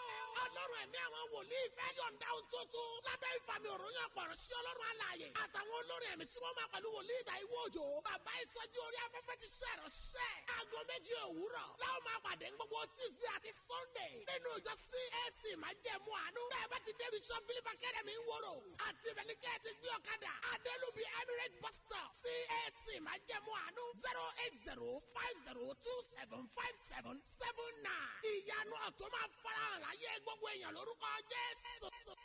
It's going to be a golden year, this is what we declare. Every day you go wake up to golden morning if you agree, say yeah. It's going to be a golden year, as we don't declare. We go wake up every day to golden morning if you agree, say yeah. Have a golden morn, a golden day, a golden week, a golden month, and a golden year. Golden morn, delicious nourishment for the whole family. Mọ ohun tó ń ṣẹlẹ̀ ní àyíká rẹ nípasẹ̀ ìròyìn BBC ní Yorùbá. Nítorí kí o tó lè tayọ, o ní láti mọ̀ ọ́n. Ní ìmísí pẹ̀lú àwọn oríṣiríṣi ìròyìn láti ibi àti káàkiri àgbáyé. Nígbà tí o bá ní ìmọ̀ nípa ohun tó ń lọ ní àgbáyé, o lè ṣe ohunkóhun. Mọ ohun tó ń ṣẹlẹ̀ ní àyíká rẹ. Wá BBC News Yorùbá kàn. Bàbá ní kòkò wa ò lè sọ. Bàbá ní kòkò wa ò lè sọ. Ó lè kàn ní tó kàn wá ò láfi ní. Ó lè kàn ní tó kàn wá láfi ní. Ká máa fi ohun tí yóò dàpọ̀ yóò kọ́. Ó lè kàn ọmọlàkejì kó kọ́ ní sẹ́. Gẹ́gẹ́ bá a ṣe mọ̀ wípé ojú lalákàn fi ń ṣọ́rí bẹ́ẹ̀ sì ni tójú tìyẹ́ làparò fi ń ríran. Ọ̀rọ̀ rẹ o fẹ́yìn èèyàn rere ìpínlẹ̀ Ọ̀yọ́. Ẹ má jẹ́ ká fọ̀rọ̀ ààbò ṣe òṣèlú o. Torí wípé òjò bẹ́nìkan ṣọ̀tá ẹni ejírí lejì ń pa. Ọ̀rọ̀ àwọn ọ̀daràn jàǹdùkú agbébọn gbéèyàn. Ìdí sì nìyí tí amòfin Akeem Ọláníyì Àpọ́nmọ́dẹ̀ fi ń rọ̀ wá wípé ètò ààbò wa ní ìpínlẹ̀ Ọ̀yọ́ gbogbo wa lọ́kàn o. Tàbá wá rí ẹnikẹ́ni láyìíká wa tí ìrìn ẹsẹ̀ rẹ̀ mú ìfura lọ́wọ́, ẹ jẹ́ ká tètè fi tó àwọn agbófinró létí lẹ́yìn ọ̀ṣọ́kà. Torí wípé ó ń bọ̀ àmójútó ló gbà o. Amòfin Akeem Ọláníyì Àpọ́nmọ́dẹ̀ ló ń sọ wípé ẹ jẹ́ ká pawọ́pọ̀ gbárùkù tí ìjọba Ṣèyí Mákindé lórí ètò ààbò kí ìpínlẹ̀ Ọ̀yọ́ lè sùn wá bọ̀. Yóò ṣeé ṣe o. Àṣẹ̀dá ayé torí àwọn kan wọn náà bá ṣe kú kòjò káwọn kan lè mọ ó tún jẹ́ kòjò màṣú. Káwọn ní fàájì tó máa yẹ jẹ́ lèmi wà fún. Pẹ̀lú àwọn tó lè ti ìtẹ́tí sí. Ó jèrè. Tó lówó tó lọ́rọ̀ ṣá ni wọ́n máa dòdò mi fún. Ó jèrè Àyìnlá. Ogun tẹ fẹ́ gbádùn fẹ́ ṣá máa bèrè. Torí pé kò ṣe má máa rí o. Kò ṣe má nínì. Kò ṣe má gbọ́ lélẹ́rìí ọba fáwọn tèmi tó kó mi jẹ gan. Tó bá ti dé báyọ̀ lọ́ba ó máa ń fi sí mi lára gan gbogbo ibi tó máa ń fi sí ojú ẹ̀ ní sòsé ni. Eléré ọba mẹ́nu ẹ̀ pọ̀ ó mojú ẹ̀ pọ̀. Ojú abẹ́rẹ́ náà lókun ọ̀ tọ̀ tẹ́lẹ̀. Eléré ọba mọ̀ ṣẹ́ sí ńlá. Eléré ọba òun fún mi ń fà ìbù.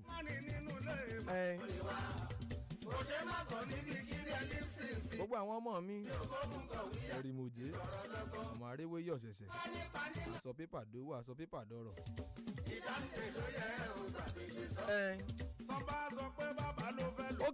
Oníṣẹ́ mi wọ́n gbé wọ́n ní láti jọ̀wọ́ ṣe bówó lọ́mọ gbà. Ṣé kò ṣe ṣebílé lọ́mọ. Ṣebílé lọ́mọ gbé. Lọ́sọ̀dẹ̀ ṣe bọ́kọ̀ lọ́mọ. Èwo lọ́lọ́wọ́ wá ṣe ṣe bọ́kọ̀ lọ́mọ wọ̀. Ilé ṣe bọ́wọ́ wa lọ́mọ náà. Ṣé bówó mi lọ́mọ ná. Lọ́mọ kówó ní ìsọ̀rọ̀ mi bàbá. Saidi òṣùwà tó gini ẹ̀gbọ́n ti ń wí. Ọlọ́bìnrin tọ́ba sọ pé bàbá ló fẹ́ lò.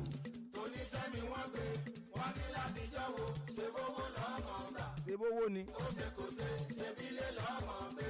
Tọ́ba fẹ́ lọ sóde. Ṣé bọ́kọ̀ lọ́mọ wọ̀. Àtọ̀kàtìlẹ̀ ṣé bówó wa lọ́mọ ná. Sọ́fẹ́ lọ́mọ kówó ní ìsọ̀rọ̀ mi bàbá. Ọmọlẹ́kan ló máa ń sọ bómi ilé òmòjòwó lọ. Kí lóbin tí wọ́n fẹ́ mọ̀ jówó lọ. Ọ̀nà fífẹ́ sí wọn owó máa ní. Owó ni o. A ní sọ́dọ̀ owó kọ̀ọ̀kan ewúrẹ́ dẹ̀fẹ́. Máa wò mí kẹsẹkẹsẹ lórí YouTube 32FM 949 Ìbàdàn. Gbogbo tí mo ní lórí ètò ojú bí ìṣẹ́jú 5 lọ tí wọ́n fi bọ́ sí ibi iṣẹ́ tí wọ́n rán mi. Àkànṣe iṣẹ́ nìyẹn. Ẹ jẹ́ mi àti yán pàdé bó bá ti di láago 2 lọ́sàn-án òní. Lórí ètò Kílà ti ṣe tèmi àti ìyàwó mi Yẹ́misí. Kílà ti ṣe. Ọbabìnrin orí afẹ́fẹ́ á jọ pàdé bó bá ti di láago 2 ọ̀sán lábẹ́ òrùlé wa. Kí ni tèmi àti ẹ̀ tó ń mú bọ̀ lálẹ́ yìí? Lọ́sàn-án yìí ẹ gbádùn wa dọ́ba. Wá sùn sọ́dọ̀ mi mọ́jú mi ò ní fọwọ́ kàn ẹ́. Ọlọ́run màmá ṣe wà láì fún ẹ. Kàn keep company mi lásán ni.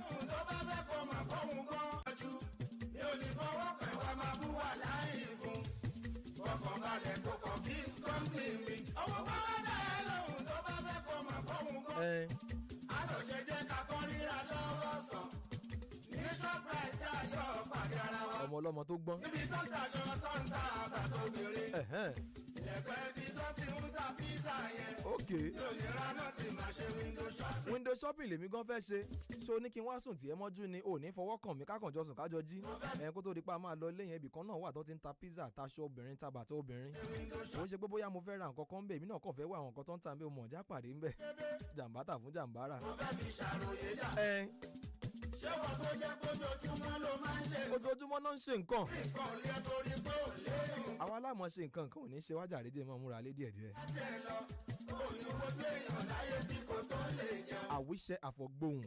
Ọjọ́ kẹfà mọ́ṣọ́ rẹ o, tó bá ń ṣiṣẹ́ dédé. Àyè tún wà. Ẹ má gbàgbé tí mo sọ láàárọ̀ yìí lórí ètò yìí. Àyè ò sí ni n bá fẹ́ lójú dáadáa jù bẹ́ẹ̀ yẹn lọ. Nǹkan lé torí pé ò. David Adisa ṣé wọ́n só pa ọ́ ni? Wọ́n wá dìmọ́wọ́ dìmẹ́nu dìmọ́ nǹkan sọ́jọ́ náà ló mú ọ tó bẹ́ẹ̀. Ló ń wọlé bíi dẹ́bọ̀dẹ́bọ̀ yìí. Ọmọ dà nǹkan lẹ̀. Ayé ló sọ pé nìní jímọ̀. Ọ̀làdé sátidé. Ẹ má gbàgbé tí mo mú wá yẹn. Ọ̀pọ̀lọpọ̀ àwọn òbí ni wọ́n ń ti àwọn ọmọ sí àwọn nǹkan tí wọ́n fẹ́ níbi comparison òṣì. Òrọ́mọ ya Bímpé. Òrọ́mọ ya Ṣọlá. Gbogbo aṣọ tá a rà ń jọ yẹn ní church òun ló rà fáwọn in fact ó tún débẹ̀ ó tún wá 5,000 lé gbogbo wa lọ́wọ́ báyìí. Inú gbogbo wa ń dùn là ń ṣàdúrà fún un ní tó fẹ́ kọ́ ọmọ rẹ tiẹ̀ náà lọ sínú. Ẹkún ọjọ́ ọ̀la ni o òkèlè gbígbẹ pẹ̀lú àlàáfíà ó mọ̀ sànjúlé tó kún fún gbogbo oúnjẹ ilé ayé lọ. Àárín nǹkan míì ná mówó ń tòótọ́ ṣùgbọ́n mọ́ lé àwọn ọmọ rẹ nù kókò eré tí àwọn ọmọ ń sá kí ní ìsìn.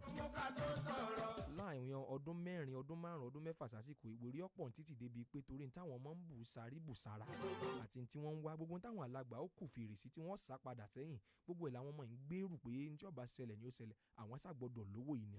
Bàbá lókè báwa ṣẹ́gun àrùn gbogbo.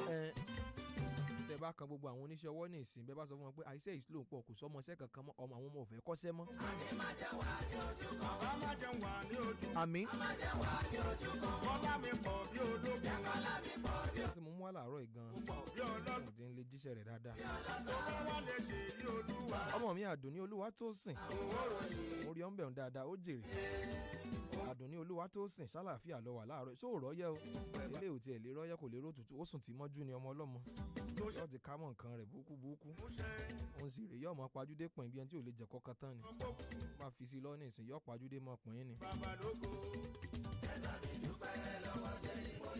Olúwatósìn ọmọ nìtàn Àdùnní mi yọ̀ mọ́ pajúdé pọ̀ yín mọ́ ni yọ̀ mọ́ ṣe bí ẹni tí ò lè jẹ́ kọ́kọ́ tán òun sì rè púrú pa púrú ni ó ní bò mo sì mọ̀ ń bi mí o. Èmi àti yán pàdé lálẹ́ ọ̀la lórí ètò Miliki Express lágbára Ọlọ́run aago 10 láti bẹ̀rẹ̀ rẹ̀ ṣẹ́rí tí mò ń mú bọ̀ kíláàsì lọ́la n ó tún mú dimension kan wọnú Miliki Express lálẹ́ ọ̀la yẹn ẹ gbádùn rẹ̀ dọ̀bà mi ò fún ẹ ní sàárì ṣé mo fún ẹ lóforí ni tí n bá ti ní wàá gbádùn ẹ̀wọ́ náà mọ̀ pé wàá pa tún ẹ̀. Orí péèjì mi lórí Facebook ó yá ELEREOBA àti lórí Instagram ELEREOBA náà ní kẹ́ ẹ lọ wá kan bẹ̀ ẹ lọ láìkí péèjì yẹn ẹ mọ fọ́lò rẹ̀ gbogbo àwọn tí n bá ń jù bẹ̀ lẹ́yìn náà mọ jàǹfààní rẹ̀. Tòkáyà àti dísù mórí ọ̀nbẹ̀ ń dáadáa ṣàlàáfíà lọ wà láàárọ̀ yìí. Ìlérí tó sì mú májẹ̀mú ṣẹ. wàláì kò sọmọ sẹ́ńbì kankan mọ́ bẹ́ẹ̀ wá bá rí àwọn fọgá nǹkan ní ìsìn bọ́m̀bù táyà tí mo kó fún yín lánàá tó yẹ kẹjá àwọn ọmọ ọ̀kọ́ sẹ́mọ̀ ìwọ lọ ibo lọ orílẹ̀-èdè Nàìjíríà ń lọ àwọn ọmọ ọ̀kọ́ sí ọwọ́ kankan mọ́ gbogbo wa la sáfẹ́ mọ́ ká mọ́ tẹ fóònù. ọmọọṣẹ́ kan náà mò ń kọ́ lọ́wọ́ ní ìsìn tí ní ọ̀gá òun fẹ́ plus iṣẹ́ yìí náà ṣé wọ́n tún plus iṣẹ́ sọ̀rọ̀sọ̀rọ̀ ni ẹgbẹ́ náà bẹ́ẹ̀ bá fẹ́ plus iṣẹ́ sọ̀rọ̀sọ̀rọ̀ bó lè yóò ṣe àṣẹ náà.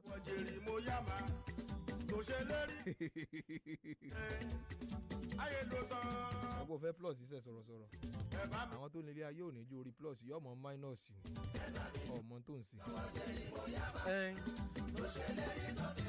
gbogbo ẹ̀yin tẹ̀ ń plus rẹ̀ irọ́lẹ̀ ń ta gbogbo ohun tó plus wọn ò plus rẹ̀ wọ́n bọ́ times ìyá rẹ̀ lẹ̀ ni wọ́n wà mọ́ minus ẹ̀ fún ọ díẹ̀díẹ̀.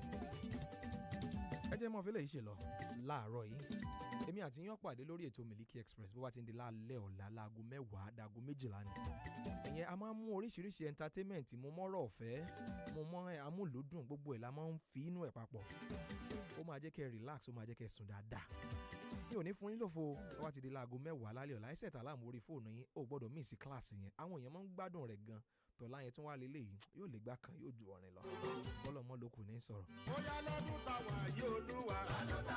tẹ́ bá ní nǹkan kan tẹ́ fẹ́ bá mi sọ nọ́mbà tẹ́ mọ̀ pè mí sí 070-616-27-655 ẹjọ́ dagun mọ́kànlá kẹ́ tó mọ̀ pé o 070-616-27-655 070-616-27-655. gbogbo ibi tí wọ́n ní wọ́n fẹ́ mú ọ lọ pa àwọn fẹ́ lọ fún ọ ní nǹkan tí wọ́n náà fi jẹ́ èèyàn láyé wọ́n ní ẹni tí ó bá jẹ́ èèyàn kò lè jẹ́ èèyàn irọ́ ni wọ́n ń pa fún ọ tó bá dúró tọ́lọ́hún ọ̀rọ̀ rí ó gbọ́ ọ̀rọ̀ rí ó dayọ̀ kò sí ní tí Sátánì èṣù fún èèyàn tí ò ní fi gba ìlọ́po rẹ̀ ní o àwọn kan ń ṣẹ́nu àwọn ọmọ ìdébi pé wọ́n sọ fún un pé iye ọdún tí wọ́n lò láyé jẹ́ kábọ̀ yọ bí n tó lò báyìí kábọ̀ fi sọ kò sí problem wọ́n sọ fún pé gbogbo ohun tí ó fi lo burújí kò ní ju ọdún 2 àbọ̀ lọ ọdún 2 ni ó fi lo gbogbo àbọ̀ ọdún yòókù ó lè máa gbó bí ajá nǹkan lẹ̀ sì ti fún èèyàn tí ò ní fi gba ẹgbẹgbẹgbàgbà rẹ̀ lọ́wọ́ rẹ̀ Ọlọ́run nìkan ló tó jókòó tì ẹ máa fàdúrà ràn àwọn ọmọ yín lọ́wọ́ gbogbo àwọn ọmọ tán bá jọmọ ológo ẹ lọ dira ogun fún wọn fọlọkọ ọmọ lógún jẹ́ fógo ẹ ń bá ti lógo lógun owó tèmi tó láàárọ̀ yìí o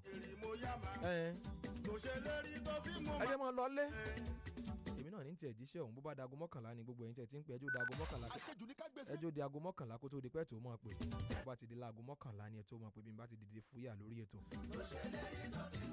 mo rí ìyanu Olúwa náà ní ń dára bẹ́ẹ̀ Ọlọ́run sì ń dára lóko rẹ̀ fílẹ̀ inú mi ń dùn sí gbogbo ohun tó ń ṣe ó jèrè ọmọ mi DFK mo rí ọ̀nbẹ̀ dáadáa Olúwayẹmísí Ọláolúwa mo rí ọ̀nbẹ̀ dáadáa Charles Ọlápọ̀sí Adérónkẹ́ Ọládìtì Ọládòyìn ọmọ mi alálùbáríkà gbogbo yín mo rí ń bẹ̀ dáadáa ẹjá àjọ ṣe papọ̀ iṣẹ́ yàtúndíjọ́ Monday látago 9 dago 11 náà ni ṣùgbọ́n èmi àti yín pàdé lórí Miliki Express bó bá ti di lálẹ́ ọ̀la láago 10 sago 12 òru àgbàdùn rẹ̀ tó yóò dùn bẹ́ẹ̀ yóò kí bẹ́ẹ̀ wọ́n dín fáwọn kan tó láìkí dédé wọ́n bọ̀ fáwọn kan tó láìkí bíbọ̀ ṣètò láyẹn wọ́n mi sí ẹ if loving you is wrong I will never be right.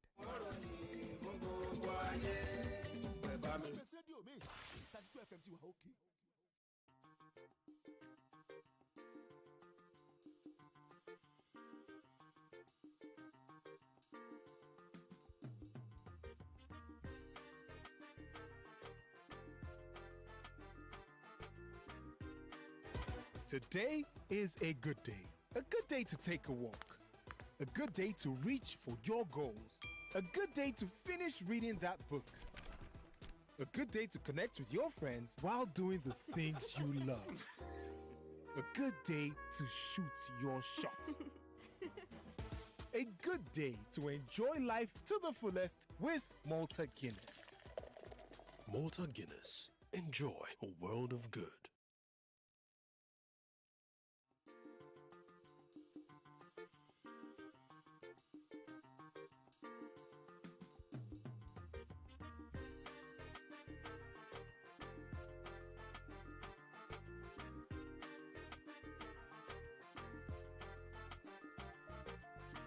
Hello, good people. Good morning. It's great to have you on this show this morning. I hope you're doing well. Well, I'm good too. Just in case you want to ask.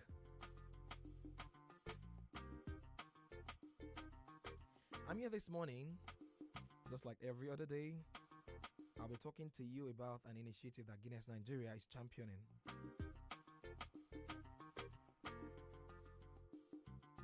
As you all know, Guinness Nigeria, a registered brand, a very popular brand that have its products all over the country.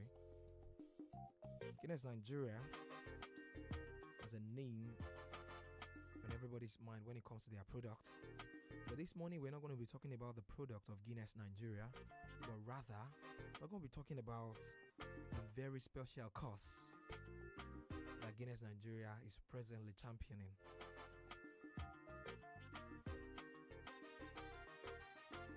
Guinness Nigeria is championing and frontlining an initiative that seeks to break all stereotypes in and around the workplace. You might want to ask, are there really stereotypes around the workplace? What kind of stereotype do we have around the workplace? Yes, I know you might want to ask that. Well, in the course of this show, we're going to analyze all of that to you, just in case you're in doubt if there are stereotypes around the workplace. By the time I get to start mentioning, then it will ring a bell, then you will know what we're talking about.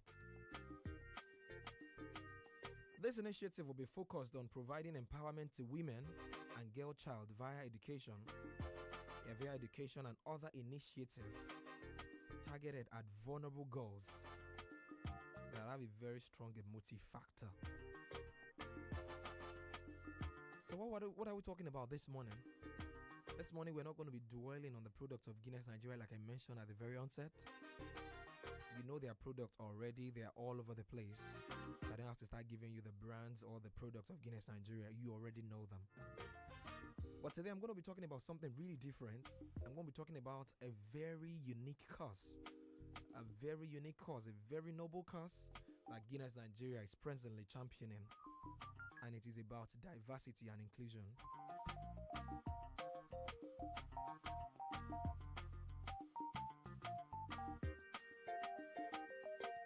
So Guinness Nigeria is currently championing a cause which is diversity and inclusion at the work environment.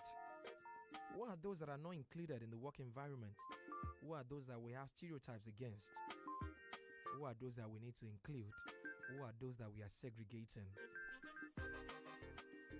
Who are those that are not getting the full benefit of their potential? Yes, you know the answer to that already. You just might need me to remind you. For the longest time, women have been underpaid, overlooked, overworked, and barely appreciated in the work environment. Yes, we're talking about the female gender this morning. For time immemorial, for the longest time in the history of humans, women have been underpaid, overworked, and barely appreciated for the work they do at their various workplaces. However, this tide has changed over the last 2 decades or so. There have been many improvements in the representation of women in several sectors. Different pressure group and civil organization have risen to the occasion to call for women inclusion. Women cannot continue to be relegated to the background. So different organizations, civil organization, women organization, pressure group have been clamoring for women inclusion in several sectors, and that has been yielding tremendous improvement. That has been witnessing tremendous improvement. It is also important to know that we have a role to play as a media in pushing against gender imbalance. Yes, we also have a role to play as a media house. So that's exactly why this is coming through this medium. The media house cannot be overemphasized or overrated when it comes to dishing out information and getting to the nook and cranny of all those that might need that information. So the media cannot fold their hands. Media outlet cannot fold their hands and watch gender imbalance continue growing and gaining power and momentum. No. So Guinness Nigeria is helping us see now today that there is a gender imbalance around the work environment, especially in Nigeria, and it is targeted toward the women and the female gender.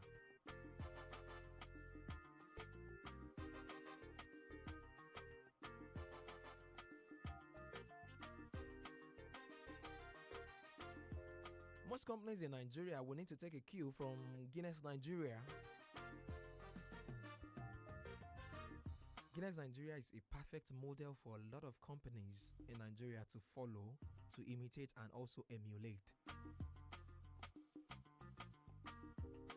But you may want to ask me, what makes Guinness Nigeria a model or a pattern every other company would want to imitate or even emulate? Well, there's several reasons attributed to that. Maybe I should bring one of it to just your notice. In 2019, Guinness Nigeria was rated amongst the top 25 most diverse and inclusive companies to work for in the country. 25 top most companies to work for. Isn't that tremendous? Yes. So you will agree with me that Guinness Nigeria is indeed a model for other companies to imitate or even emulate. So it is not out of place. It is not a fallacy if I say this morning that a lot of companies, most companies in Nigeria, will need to borrow a relief, a cue from Guinness Nigeria, because that's a company and a brand doing so well. Apart from this, what other things can we learn from Guinness Nigeria? What is Guinness Nigeria doing differently that other companies, other organizations in Nigeria might want to imitate? I'll take this break. When I'm back, I'll dive in right into that. I'll be right back. My brothers, I greet you. Uche, have you lost respect for tradition? How can you reach for the garden egg when there are elders who have not been served? Brother, is it not just garden egg? Just garden egg, you say? Being the head of the family is no easy task. It's in moments like this I turn to my Dubik malt, made with the respect and honor for tradition we all hold dear. Dubik malt is a drink for any moment. Dubik malt, crown the moment.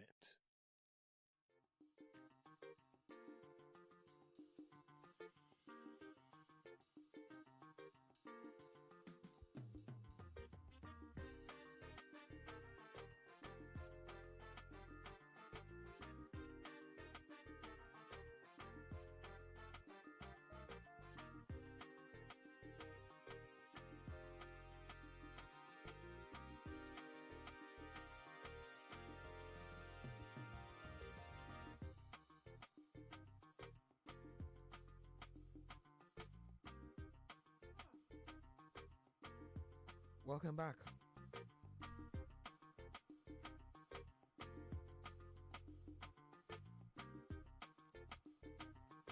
So let us dive right into what Guinness Nigeria is doing differently. Let us take a look at a couple of things that Guinness Nigeria as a company has been doing differently that endorses them as one of the most inclusive companies to work for.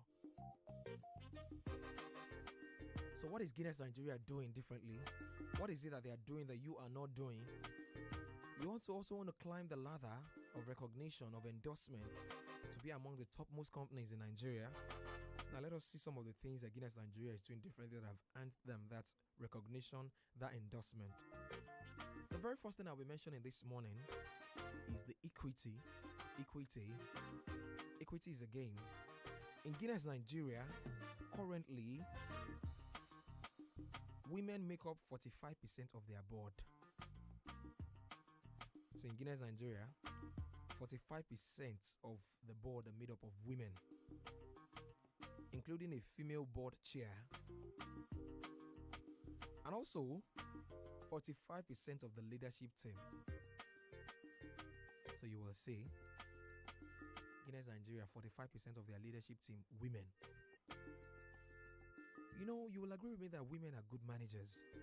If you want to get something done, you need to give it to a woman. A woman knows how to compare different prices and go for the lowest and the best product. They know how to compare the prices and how to go around, compare the prices of tomatoes and see the one that is best and how they can save more money. So women are better managers, they are better equipped at that field. So Guinness Nigeria is giving women the opportunity to make up 45% of the board. So that's one of their secrets. In most companies you will find in Nigeria today, barely will you find a woman on the board, or maybe one or two persons, just for them to feel creating a synthetic balance. But Guinness Nigeria is saying no. Women and men, in as much as you have something to offer, your gender is inconsequential. So 45% of the board made up of women. Invariably, that means 45% of the leadership team of Guinness Nigeria made up of women. That is very impressive if you ask me. So you want to know how Guinness Nigeria made it to the topmost 25 companies, topmost companies to work for? This is one of the secrets that have earned them that recognition and endorsement. Apart from that, do you know that in Guinness Nigeria, one of the greatest fear of women when they are climbing the pinnacle or climbing the ladder of their career, a great impediment is when they get pregnant, which is a very natural process in the facet of human. They get pregnant, and while they put to bed, while they're on their maternity leave, they come back to find out their office or their job have been taken by another. The company will say, we cannot wait for you. So it's either you are demoted or you have lost your job permanently. But Guinness Nigeria is giving women the fair opportunity to go on their maternity leave, take care of their child, win their child, and come back to their office. About 6 full months of pay, 26 weeks fully paid maternity leave for all their female employees. So once you are going on maternity leave, you also get your 26 weeks full rate of pay salary.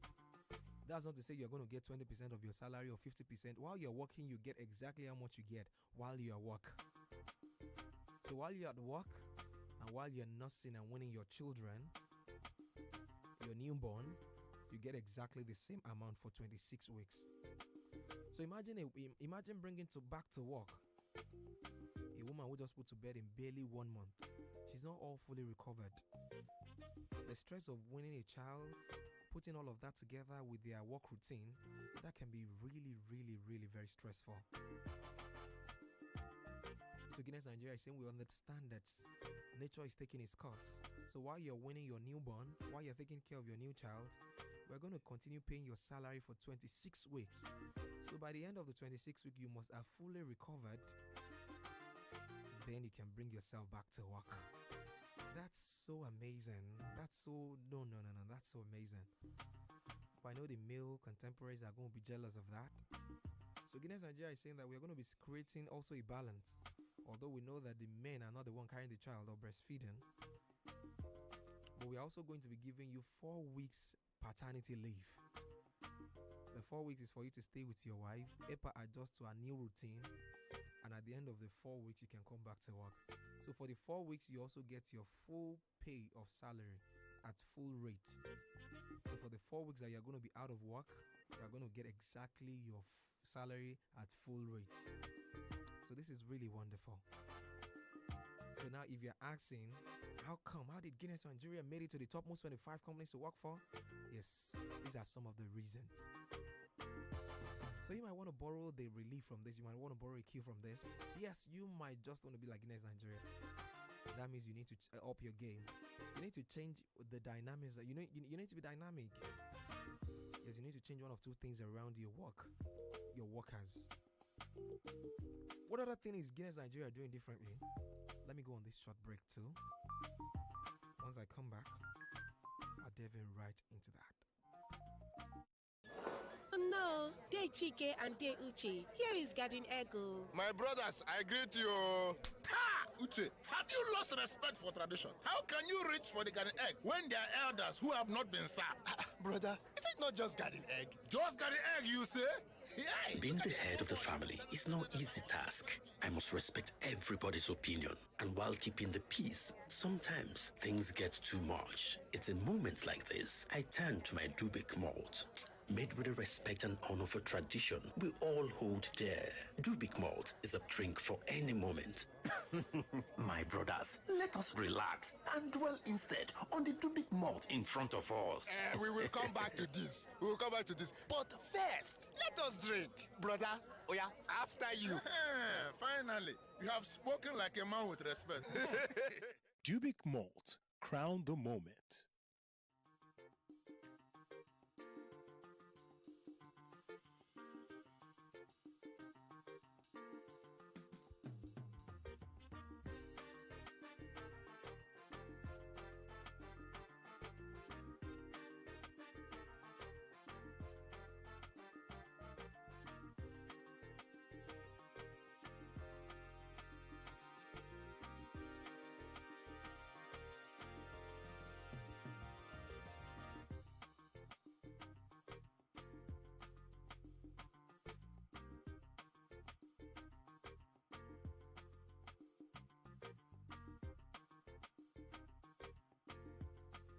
Welcome back. So for some minute now, we've been analyzing Guinness Nigeria and a course they are presently championing. What is the course again? Inclusiveness and diversity. Guinness Nigeria is saying that we need to make the workplace, the work environment more conducive. We need to make the work environment become an haven that all the workers will be and they will give out their full productivity. But how do we achieve all of this? I have just mentioned to you that 45% of the board are made up of women. Women Guinness Nigeria give a fair opportunity to women to thrive and to be successful in their career. In some companies, you would know there's a climax to which you can aspire to be. Anything other than your current position, they tell you it's only for the males. If you're not a male staff, you cannot aspire to go that far. Can you imagine that? Limiting your full potential just because of your gender, just because of your sex. That no longer makes sense in this 21st century. So all the companies still practicing that policy need to drop them, need to relinquish them.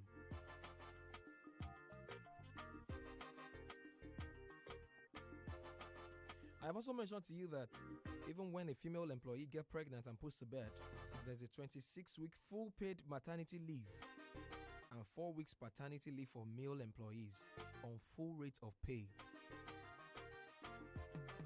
Apart from all of this that I've mentioned, there's also a well-embedded, flexible working policy that takes into account employee circumstances. Well-embedded working policy that gives account into employee circumstances. So Guinness Nigeria is saying that although we know what you have signed on paper, you have probably signed 4-4 or 8-4, but the working environment is so conducive such that it can accommodate whatever circumstance. Most circumstances change from time to time, so the working policy is so flexible in that it is flexible to accommodate whatever circumstances that could come up in the line of duty.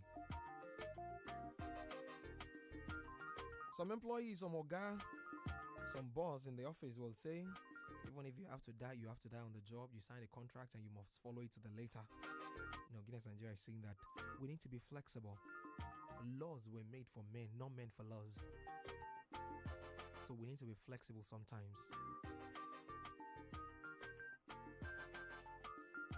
This is not to condone indolent staffs, but rather to make it so flexible that workers' circumstances can be taken care of whenever such circumstances arise. So the adaptability is what Guinness Nigeria is preaching this morning. Our work environment is very adaptable. Whatever comes into play, yes, we adapt so quickly into it. I'll open the phone lines very soon so you can register your opinion, what you think about Guinness Nigeria and this course they are championing. So recently, Guinness Nigeria has also been advocating for a change in the labor against women working the night shift. Do you know that some women work night shifts, work 24 hours? Yes, some work on the night shifts. Guinness Nigeria is saying that this weaker vessel, we cannot continue to treat them like this. We need to change this. There's need for us to change labor against women working the night shift. Honestly, if you ask me, this is a very impressive thought from Guinness Nigeria. And I hope that all the companies in Nigeria, if not all, at least most of the companies in the country, will learn a thing or two about diversity and inclusion and how it brings about a safe and conducive working environment for everybody. So you want your company to ride, you want your company to soar, you want your company also to be on the ranking, getting all the recognition and endorsement. Our problem cannot be solved by the mentality that has cost them. We need to change it. We need to change the narrative. Women for a long period of time has been seen sex objects, baby making machine, all the derogatory remark about women. We need to change it. We need to change all the narrative that women are not as good as the men. No, we need to give them an equal enabling environment. That does not make the man or the woman equal to each other. It is just giving them the full potential, giving them the ability to explore their full potential, become whatever they can be, giving them to exercise their mental prowess, putting it to good use without relegating them just because of their gender and sex. Guinness Nigeria is saying that all the companies, if not all, most of the companies in Nigeria need to start doing this. What do you think? The line to call is 070-55,949, 070-55,949, or better still, 080-97,949. That's the phone line to call. You want to register your opinion about what Guinness Nigeria is doing? 070-55,949 or 080-97,949. That's the studio line to call. You can register your opinion. If you're calling outside the country, you do well to call on +234 90 62,000 949 +234 90 62,000 949. We cannot continue to do the same thing and expect different results. So if you want something done differently to your company, you want to soar, yes, I mean you want to get all the recognition and the endorsements too, you need to start giving women the opportunity to thrive. You need to start giving your workers ability to thrive. Make the environment, the work environment, make it an haven for them. Put their welfare into consideration. And once you do all of this that have been mentioned, the workers will do well to put in their best to make sure that your company records all the productivity, and very soon you start getting all the recognition and endorsement. The phone lines are buzzing, but I cannot pick any calls right now because my time really is up. I'm sorry. So till another time, keep making a difference, just like Guinness Nigeria is presently doing, preaching about inclusive and diversity, giving everybody an opportunity to thrive regardless of their tribe, their skin color, their gender, their height. No. If we all can start making a difference, especially the companies, we all are going to make our work environment a kind of paradise. Thank you for listening. Good morning.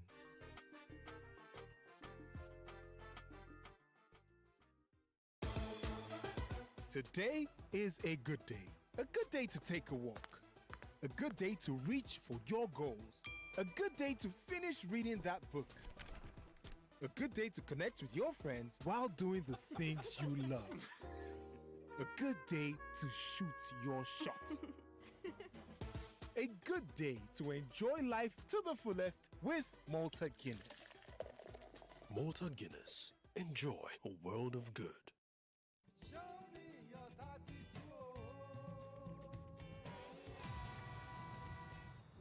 Só vendo o motor for you.